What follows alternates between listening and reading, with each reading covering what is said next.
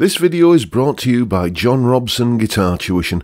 If you enjoy the content, please consider supporting the channel by enrolling on a course, purchasing some guitar lessons or a t-shirt, or you can join my Patreon. Now, on with the show.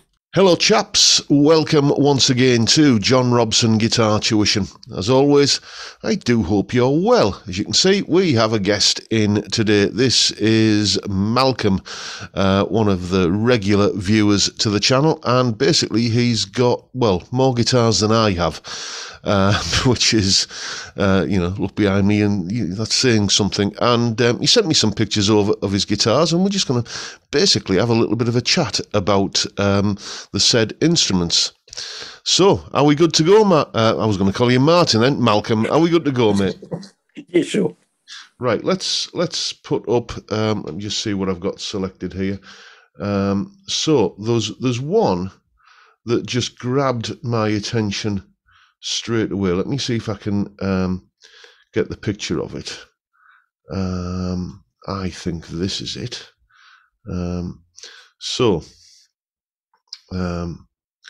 We'll put this up on screen in just a second. Right, here we go. I'm about to share my screen. So let's put this up. What in the name of all that's holy is this all about? This is a Ferrocaster. It's made by a chap who lives in a town about 6 miles from me, and he makes these bodies out of wrought iron. This thing has tone rider pickups and a Warmoth neck. Okay. As I say, he just built the body out of wrought iron and assembled the electrics onto a scratch plate, and he's done a Les Paul version as well. Okay, I've got to ask, how does it sound? That's what I was going to get to. It's got the tone of it is really early Robert Cray, is what springs to mind when I play it. Okay, so you build a Telecaster out of wrought iron and it ends up sounding like Robert Cray's Strat. Is that what we're... Yeah, it's weird, especially on the bridge pickup. It sounds very thin and it's unique. Okay. I thought you might wonder what that was. I'll tell you what would be really good is if you could send me some sound clips over, and then when I edit this video together for YouTube, I'll try and do that. I would love to hear how that sounds. So, yep. So I've got to ask, how do you come across a guitar like that? Did you see them advertised? Did you, on my local Facebook group? Okay. And things for sale in, surrounding areas. Okay, and if it's not a rude question, how much does a wrought iron Telecaster go for these days? Well, when I bought that one, I paid a whole £200 for it. Wow, it's certainly a talking point. I mean, you pull one of those out of the case at the gig, and you get you noticed. Yeah, it's going to get you noticed. Now then, I never actually used it live. I only ever used it in rehearsals. Okay, and I suppose it does. Let's just put it up on screen again. Let's go for a slightly... How do I change this view? Here we go. Like this. So let's go for that on screen again. There it is there. I wasn't sure it went full screen last time, you see. So there it is, in case you didn't get a proper good look at it last time, viewer. Yeah, it's... I mean, there's all kinds of, discussions you could have over this. I mean, what immediately springs to my mind is, the infamous Tonewood debate. Exactly. It's, it's going to get tongues wagging on that. Now, another one that interested me was this one. I think we all recognise what make and model of guitar that is. Now, I'm sure those Brian May guitars are beautiful guitars. I am, but I've always I've almost pulled the trigger on one a couple of times because I'm thinking of like the actual Brian May ones or Harley Benton do a bit of a, shall we say, tribute to that model. Yes, I've seen those. Yeah. One of my friends, actually, one of my students in the States, the chap who very generously bought me that Nashville Telecaster a few years ago. He's got a guitar collection that's even bigger than yours. And he's got the Harley Benton version of that, and he says it's the most comfortable guitar he's ever played. So that's what's kind of made me think about going down that Brian May route. But there's always an element of there's an element of wearing someone else's clothes a little bit. So I've got to ask, if you're going to go for the Brian May model and the Brian May look, why that colour? Because it's the only one they had. Oh, okay. Fair enough. I was in Brighton and I went to GAK and I was looking for something completely different at the time, but there it was. And I sat down and they left me alone to play it for half an hour. And I thought, yeah, this will do for the price they were asking. Yeah, so how much do they go for? I think they're about sort of 400-500-ish, aren't they, somewhere around there? Yeah, that's right. It was just a shade under 450. Yeah. Now, I always imagine that a guitar like that is because, it's, I don't know, are they bolt-on or the set neck? That's a set neck. Okay, because Brian's Red Special famously is a bolt-on neck, but it's like one big nut and bolt. But that aside, I'm looking at that and I'm thinking 3 single coils. There's got to be some kind of stratiness about it in terms of tones. Yeah, but it's the switching on it is, it's got. I've found a favourite tone of mine, and I've just left all the switches alone now because I'll never remember them. That is exactly the thing with me. I love versatile guitars as long as they are simple. Definitely. That's what attracts me to Telecasters. You've got 1 or 2 of those. We'll probably talk about those at some point. So let's come back to the viewers. The option anxiety always springs to mind for me. I mean, I know obviously it works well for Brian where he just has his tones, but I just like a simple pickup selector that I can just lash out with my little finger and kind of change the sound. It's so that's another thing that's made me. I know all I'm prevaricating here. Eventually, I will get one because curiosity will get the better of me. You think that's bad, John? As you know, I'm a customer of Martin Booth's. Yes, and he's had someone actually asked him to make a Martin Booth guitar with the Brian May switching options. Okay, and he's done it. See, let's. You're talking about Martin Booth. I'm just looking for that one. It's in this here somewhere. Yes. Oh, it'll be under M for Martin Booth, won't it? Now this. Well, I hope so. Yes, this is a beautiful looking guitar, and when I first saw it, when you first sent me the picture through, it reminded me a lot of a guitar that I had a poster of. Well, I say a poster. It was an advert that I razor bladed out of a guitar magazine back in the 80s. Just something to stick on my student digs wall. There was Martin Booth at one point was designing guitars for Yamaha in the 80s. That's right. And the MSG. The Yamaha MSG, and that's what I thought this was, and I hadn't seen one.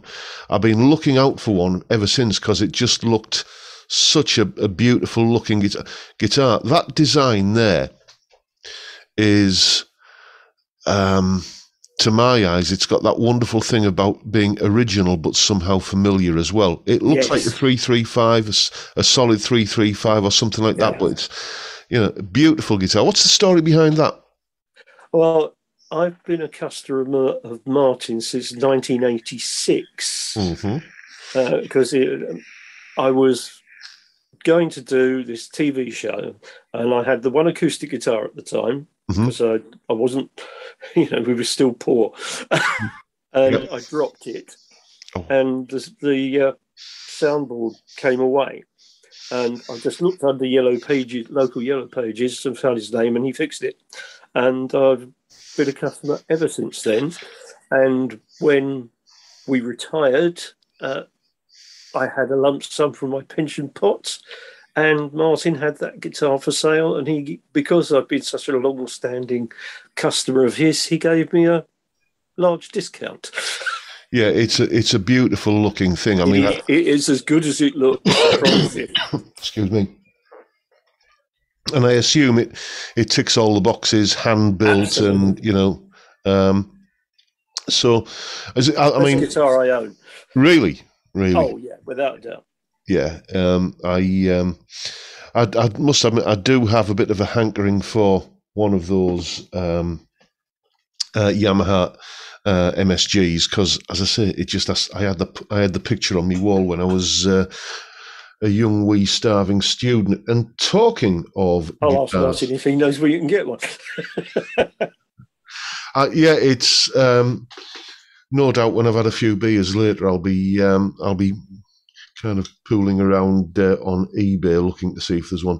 Now, speaking of guitars that I've always loved the look of, Nighthawk. Yeah. I remember when Gibson brought out the Gibson Nighthawk I think it was about the mid-90s. And it was a Marmite guitar. You either loved it or you thought it was the ugliest thing in creation. And I just thought it just looked so, again, familiar but original. Yeah. And do Gibson make these now, or is it just the? I haven't seen one. I haven't seen one at all. Except in the second-hand market, I sometimes just have a look, see if they're available. But I've only seen one or two in the last 20 years. Yeah, because they do all sorts of variants on them, don't they? Yeah. Even with the Epiphone, they do the Blues Hawk and various things with P90s and stuff. So, what's the tale behind this one then? Not much, except that I saw one of these when I was buying something else. I saw one on a wall in a guitar shop, and I suddenly remembered them one day, and I thought, now they've got a very versatile pickup switching. So I went on eBay and I found this for 150 quid. That's what we call up in this part of the world being jammy. Yeah, I have been a very jammy man over the years. It's taken me a while to put these together because I won't pay a lot of money. Not because I'm particularly parsimonious, because I haven't got it. So how does it play? To be honest, it could use a setup now. I've had it a while. And the action is extremely low to the point where you get up the dusty end and it does buzz a bit. But other than that, I must admit the range of tones is quite interesting. Excuse me, I don't know what's wrong with my voice today. Oh, I'm suffering as well today. The pollen is up. The thing that struck me as being a little bit of a gamble if you bought one of these is if you buy a Les Paul, if you buy a Strat, if you buy a Telecaster, if you buy any, shall we say, normal guitar, then if you don't like the sound of the pickups, then you can swap them. You can put different pickups in.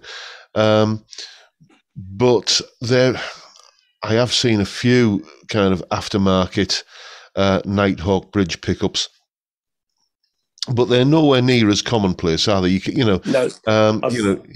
can't just think, oh, I fancy a Seymour Duncan 59. Maybe they do make it in that configuration, maybe they don't. But your choices are limited if you don't like the bridge pickup on it. Is it a particular? I mean, in terms of one, let me come back to you and just so we're having a conversation. One particular bugbear of mine is that a lot of humbuckers on modern humbucker-equipped guitars are just too damn hot. You struggle to kind of get a clean sound sometimes out of them, because it's just, hey, we're making a humbucker guitar, and whoever's buying this wants to live on the dirty channel. Well, maybe they do, but maybe they want the clean channel as well. So I often find humbuckers are often a bit too hot. Does that suffer from that, or is that... The bridge humbucker is a bit on the overpowering side. As soon as you put any gain on it, yeah, you have to roll the volume back or something, balance it out. But the mini humbucker in the neck is a really nice tone. It's very creamy. Yeah.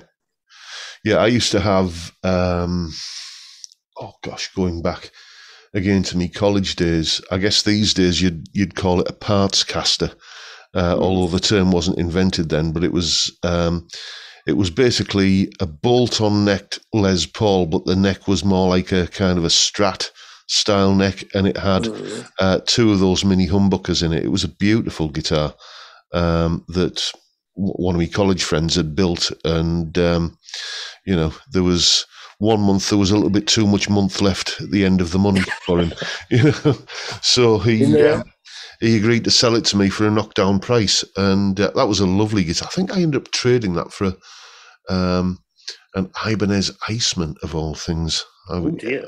I was a young man. I thought you hated offsets. Yeah, well, I was 19. I hadn't really kind of figured out my tastes at the time.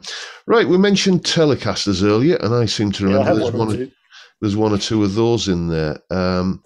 The guitar I was really interested in, though, talking about.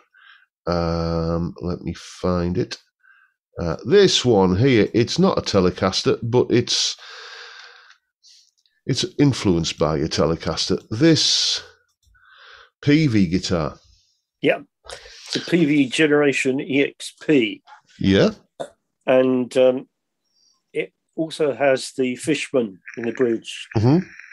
So you've got an acoustic option with it as well, which I've often used because I play a lot of acoustic stuff. Mm-hmm. And I used to have a Parker P38. Mm-hmm. Which in those days I had fewer guitars, but it seemed too many, and I sold it, which was a great loss because I'd used it at a gig where I had to play both electric and acoustic, and I'd only wanted to take one guitar, and it worked. So I thought, I'll get another one of those. So I kept my eye on something. I couldn't afford another Parker at the prices they were going for. And I saw this on eBay, and we drove up and down the motorway. I can't remember which one, but got completely lost. Eventually found it. The woman who was selling it obviously knew nothing about it because she said it had a kill switch. Yeah. It turned out that this was a switch to engage the acoustic bit. And what she didn't realise was if you put a battery in it... it works. Yeah. Yeah. And again, I paid around £150 for that guitar. And it's got a superb neck. Yeah. Absolutely superb. I was just going to say that, actually. I've played a few PV guitars over the years from... one of my students had the Eddie Van Halen one. The Wolfgang. The Wolfgang, yeah. That's it, yeah, because, that particular week, Eddie was endorsing PV guitars. It was probably different the week, because he did go around a few companies, didn't he? And in terms of the pickups were a humbug, as I say, humbucker's too hot, but in terms of the feel of the guitar, it was a beautiful thing. And right the way down to another PV guitar that sticks in my memory, or a couple actually, in the 90s, they came out with a really cheap Strat copy called the Predator. Yeah, I find a lot of those on eBay now. Yeah, for next to nothing. Yeah, and they're quite nice. Fabulous little guitar. Yeah, and they did, I think it was a Les Paul style guitar as well. The one that I played was like it was a bit like a Les Paul Custom in white. It had 3 pickups and gold hardware, and it was about 150 quid the lad paid for it, brand new, you know. Never see one of those. I have to say. The SC something or other. I remember it was the PVSC, as in single cut, then a number, and I can't remember what the number was. But again, beautiful guitars, and it strikes me that, you know, nobody ever says, "Oh, I'd love a PV guitar." They're one of those brands that sort of fly under the radar, and they make beautiful guitars that no one seems to. They don't have that aspirational kind of quality that people, you know, often lust after. I can't remember the name of the guy who played guitar on Jerry Rafferty's City to City album, who famously played the solo on Baker Street. Yeah, he used the PV for that. Was that Hugh Burns? I seem to remember. Yeah, it might be. Yeah, because he said he got a lot of funny looks when he pulled a PV out of the back. Because the music video, because I've done a YouTube video on that solo, and you know, yes, I've seen that one. I had to sort of have a look at the music. Certainly in the music video, I think it's a Strat he's playing, but you know, no, apparently he used a PV for that. Maybe on the music video recording. Maybe on the video they weren't actually playing the music. Maybe they were just miming. Just a thought. Who knows? Right, let's move on to we're heading in Telecaster direction here. So let's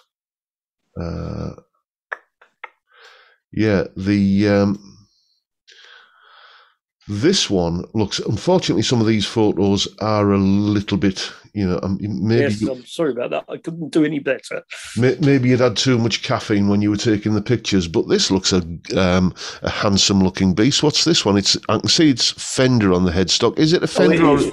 Yeah, it is a Fender Telecaster, made in Japan, which I bought many, many years ago in a music shop, which is no longer there, in Colchester, Essex, and I just went in there and I had the money in my pocket, and it was there, and it spoke to me, as they say. I just played it, and I thought, I've got to have this. Is that gold hardware, or are my eyes deceived? Yes, it is. That's gold hardware. Perloid scratch plate, by the looks of it. Yep, that's right. And I've had a 4-way switch installed in it. That's a brilliant mod, isn't it? That's a really... Isn't it just? Yeah, just having that extra middle position with that bigger, fatter sound. I've got that on a... Well, let me show you. Hang on. This cheap and cheerful little beast. This oh, yes, I've seen that one. Yes, you've done that. Yeah, that's... I'm gonna take a brave pill and refret it, I think, with... yeah, that is brave. Yeah, I'll tell you how good that Telecaster is. I had Martin Booth install the 4-way for me, and he said, "Look, I'll put the switch in for nothing if you pay for the setup." So he did a full setup on it, and didn't charge me for the actual installation. But I thought, knowing his workload, I thought I'm going to have to wait to pick this up. And he phoned me up about 5 days later and said, "Malcolm, you've got to come and get this. This is the best Telecaster I've ever had in the shop." So wow. I obviously did well with that one. Yep. Is that... let's put it up on screen again. So this, to me, if this is an old, from many moons ago, Japanese Fender, would this be one of the ones that they were doing in the late 80s, early 90s? 90s, yes, early 90s. Yeah. I think it was called a 90s special, I think they called it. I had a Strat from the same period that was my main guitar for many a year. And, you know, I think in 1990 or 91, I paid 300 quid for it brand new. Yeah. And then, like an idiot, I sold it in about 2004, 2005, and thought I was doing well because I got 250 quid for it, so I'd only lost 50 quid, and I'd had all those years of mileage out of it, and then I realised that, of course, those late 80s, early 90s Fender Japan guitars were becoming quite sought after, and I sold it for I'm not surprised. fraction of what it was worth. This is just an exceptional Telecaster.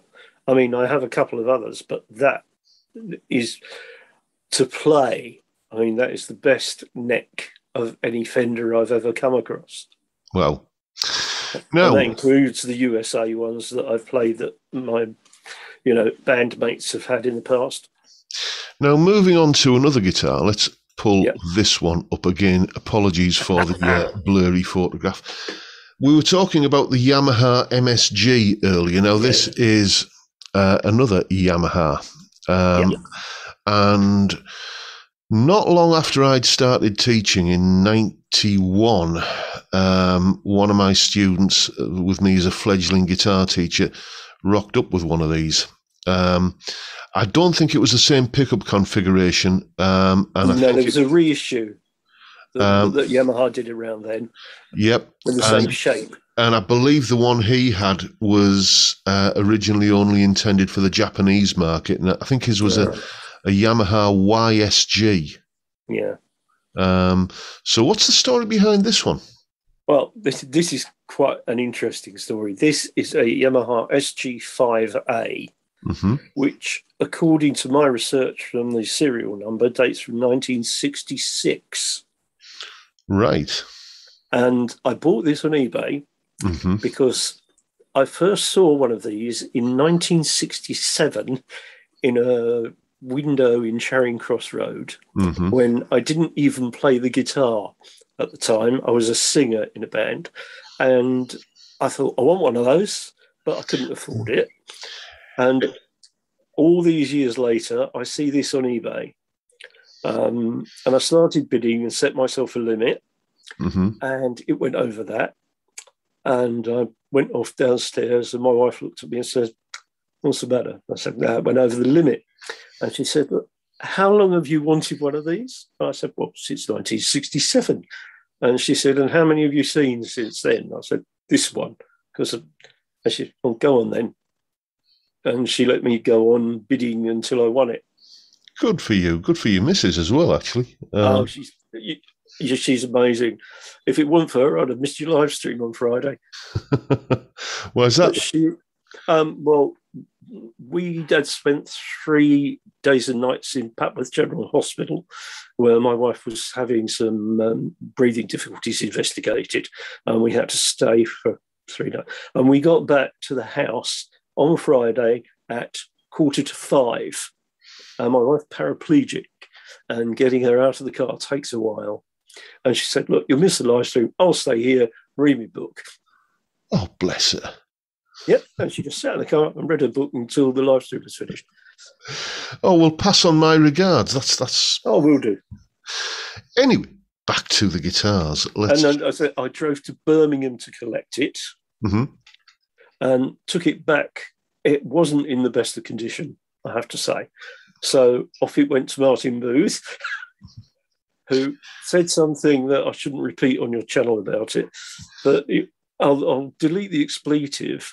But he said, "I've never seen one of these so unmessed about with." Yes, okay. To me, I'll be honest with you, it's a shape that only your mother could love. I know what you mean. I mean, there's... I suppose if you were to make it a little bit more ugly, it'd be kind of, becoming cute. It would be the so wrong it's right kind of thing. But I've got to tell you, that's, well, you know my yes, I do. My views on offset guitars, and that is, I don't think you could get more offset than that one. But no, I thought you might comment on that one. Yeah, each to their own. Yeah, this one's it became known as the Flying Samurai. Okay. And I keep looking on eBay, and I've never seen another one come up in this country for less than £1,000. One thing I suppose I should ask is, how does it sound? Limited. Okay. It's got despite Martin's best efforts, He didn't want to change all the wiring, but it's got one of those tone controls, on and off, basically. Okay, got you. But it has a control. You see the way the pickups are configured near the bridge? Mm-hmm. There's a blend control that puts those two in together. So, but again, it's either a single coil or suddenly it becomes a bit humbuckery. Okay. But unlike I believe they do it on the vintage guitars now, where you can go from single coil to humbucker mode, but gradually. Yeah. This is kind of, you can't do that. Yeah, Peavey used to do that back in the day as well, the old vari coil. Yes. Yeah, I remember now. On to I think, more familiar territory. I mean... Oh, yes, lovely. The V100. Yeah, the lemon drop one. Now, unfortunately, is the relict version. Yeah, I was going to say, I mean, maybe it's just the photo that's kind of lying here, but that doesn't look too relict to me, is it? Not from the front. Yeah, the back is... the neck's appalling. It's dreadful. Yeah. It just looks like, let's just strip some of this off and make it look old. And I hate it.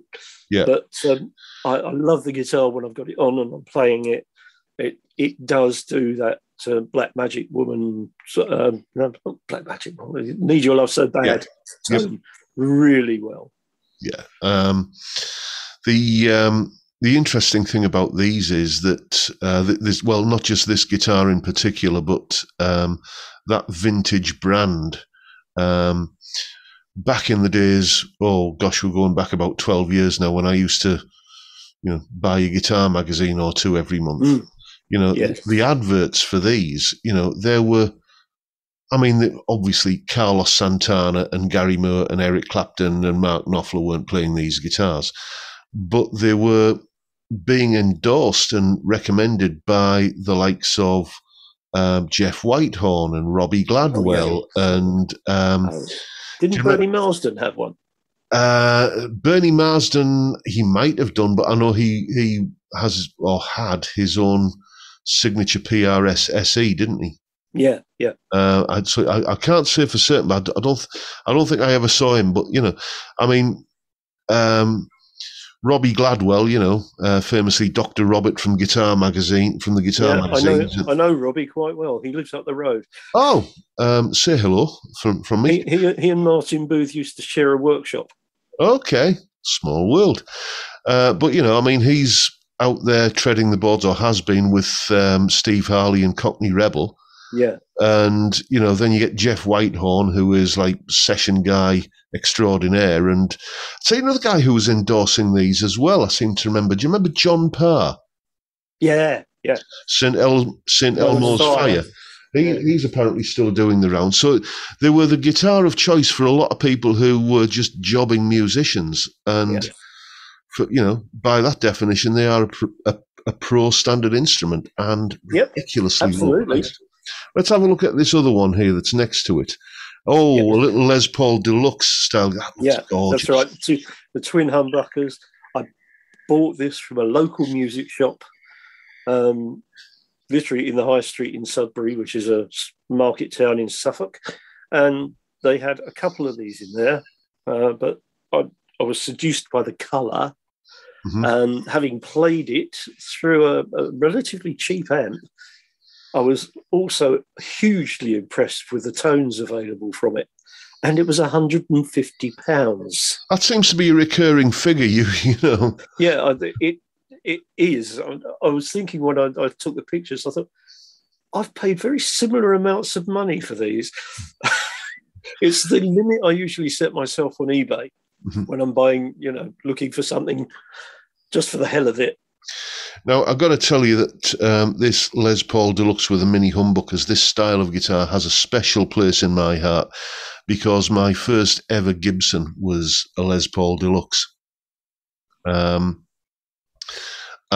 again, when I was at college, and again, bought it off I wouldn't say he was a friend. He was just one of the lads at college. He was an acquaintance. and it was absolutely awful, but it was lovely because it was mine, and it said Gibson on the headstock. The neck pickup didn't work; it was completely dead. And do you remember those little pots of, I think they were oil paint that you used to get in the Airfix kits? Oh God, yes, yeah. That particular smell they had. Yes. Well, somebody had painted the entire guitar camouflage colours in that stuff. Yeah. But this was, I think, 1984, and Les Pauls were probably at one of the lowest points of their popularity. Slash hadn't come along yet, and everybody was wanting a Strat with one of these newfangled locking trems on it. Don't go there. Oh no, you feel the same as me, do you? Well, I had one for a while, but I thought you need a degree in engineering to change the strings and get it in tune. Yeah, and and it takes so long. Yes, we're starting to sound like grumpy old men here. So, I suppose we are grumpy old men. Yep. Anyway, I'm older than you. Let's move on to this. Is an interesting looking beast. Tell me all about this. The Lake Smoothie. Yeah. It was another one of my eBay purchases. I was looking for I wanted a semi-hollow, sort of that kind of vibe. Mm-hmm. And I saw this with the 3 P90s, and I thought, that looks interesting. Mm-hmm. And this was even less than I usually pay. I got this for just over £100. Oh, and okay. It has its flaws. It had a very big flaw in that I was playing it and the Strat button came off. The one at the by the neck. Yep. And when I took it to Martin, as I do, he put his little gadget into the F holes and said, shit, there's nothing behind it. They just there was no block to hold it to. But there is now, because wizard that he is, and I watched him do this, he put a block of wood in there and attached it through the F hole and put it back on, all in the space of 20 minutes. That's why he earns the big bucks. Yeah. Well, not out of what he charges me, he doesn't. the jobs he's done for me over the years. So, but again, you've got 3 separate volumes and a master tone, so that you just fade each pickup in and out and adjust the tone control to whatever you want, and you can get a vast range of tones out of this. But it has got that sort of airy sound to it. I'm sure I've seen, because it's not the name I recognise, but a semi-hollow. Is that semi-hollow or is it entirely hollow? Semi-hollow. Yeah. But like a semi-acoustic jazz-style guitar with 3 P90s and that sort of odd little crest on the headstock. I've seen one of these before, I think, and it was at the Middlesbrough Guitar Show years and years ago. A friend of mine back then he had an online guitar retailing business, and he somehow or other became a Patrick Eggle distributor. And I was demoing the Patrick. Yeah, well, Patrick Eggle, that kind of gives you an idea of the time frame for this. Yeah. And I was demoing the Patrick Eggle guitars at this guitar show. And I was, of course, in downtime, I was wandering around the stands, and I'm sure I saw a stand with like loads and loads of these on, but I never got to play one. That's why it interested me. It brought back sort of memories of that. Anyway, let's have a look at something else that has piqued my interest. When I first saw this one, I thought, oh, Rickenbacker, and then, realised that it's not a Rickenbacker. It's a Harley Benton. It's a Harley Benton. And this is what I like about this is you can tell it's a copy of a Rickenbacker. Yeah. But it's not a copy of any specific Rickenbacker. It's just a homage Rickenbacker, and I've always loved the shape. Yeah, and those will be the Roswell Filtertron pickups. That's right. Yeah. I had a Cabronita style Telecaster again from Harley Benton that had those pickups in, and they're a revelation. They're fantastic pickups. They're brilliant, especially again with the semi-hollow configuration. They've got a lot of twang to them if you get the tone set right. Yep. Is that like, I've only played one Rickenbacker in my entire guitar playing journey so far, and the thing that struck me about it was that just how little the neck tapers from the nut up to, like, the 12th fret. Usually it flares out a little bit. And this Rickenbacker that I played, don't ask me which model it was. It was a 6-string, and it was a 6-string Rickenbacker basically. But just how narrow the neck felt as you went up. Does that do that? Yeah, it does. It does indeed. I listened.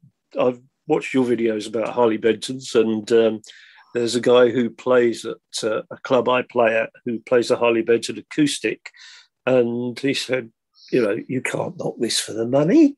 And I thought, well, I'll get one of these then. Because, as I said, I've always hankered after a Rickenbacker for no good reason, because I don't play that style of music, really. But I've always just liked the look of them. Mind you, I do remember reading an article in Guitarist many years ago where somebody said, well, we guitarists buy guitars for 3 reasons: what they look like, and what they look like. I don't think that's always entirely true, but it does have a bearing sometimes. And I've always wanted a guitar of that style. I can be put off by a guitar's looks, but I don't think I've been influenced to buy one because of its looks. No. I can't stand BC Rich guitars. Well, that was, on my video the other week, guitars that make me go, nah. I think I watched that one. 80s you didn't include one of those, did you? 80s hair metal planks, I call them. Well, my daughter's, I think he's still technically her husband, had a BC Rich. And I remember thinking, it's not a bad neck, but I wouldn't be seen dead with it. And moving on, one that is very, very much my cup of tea, and I've thought about getting one of these a couple of times because it's Telecaster shaped, it's got P90s, and it's semi-acoustic. I mean, that's just, what's not to like there. This is the one from Jimmy Eat World, that guy. That's his. Yeah, that's him. That's his telly. And again, I don't play anything like his style of music on it. It's just a gorgeous thing to play. I got that one from Peach Guitars. Okay. In Colchester. And I was just ogling Telecasters one day, and I saw this, and it was in their sale. It's still a bit more expensive than I usually pay. It's about 400 quid, I think. Mm-hmm. But still, for a Fender signature model guitar, that's not bad. It's made in Indonesia. Okay. But what the hell? It's a beautiful set neck. The heel joint is amazing. It's as smooth as you like. You can, no problem with upper fret access at all. And is that a swamp ash body? Yeah, I believe so. Yeah, that's how it was advertised. It's, Indonesia, that's probably going to make it either a court or a Samick, really, under the... probably a court underneath all that, I think. So we'll just move on now to the final one I want to talk about today. This has a rather familiar look to it. Yes. The Gilmore Strat. The Gilmore Strat. I'm, again, apologies for the quality of the photo, viewers. No, that's me, not John. But am I seeing some kind of bird's eye figuring on that neck? Oh, it's a beautiful neck. Yes, it's bird's eye maple. Yeah. Astonishing neck. It's a really odd neck, though, because once I bought it, I realised it has no truss rod. Really? No, I can't see a truss rod anywhere. Can't see how you'd get to it. I can't see anything at all. It's not hiding in the neck pocket, is it? Like on the old? No. Well, not unless you'd have to take the thing out first, which I wouldn't dream of doing. I'm just thinking because on my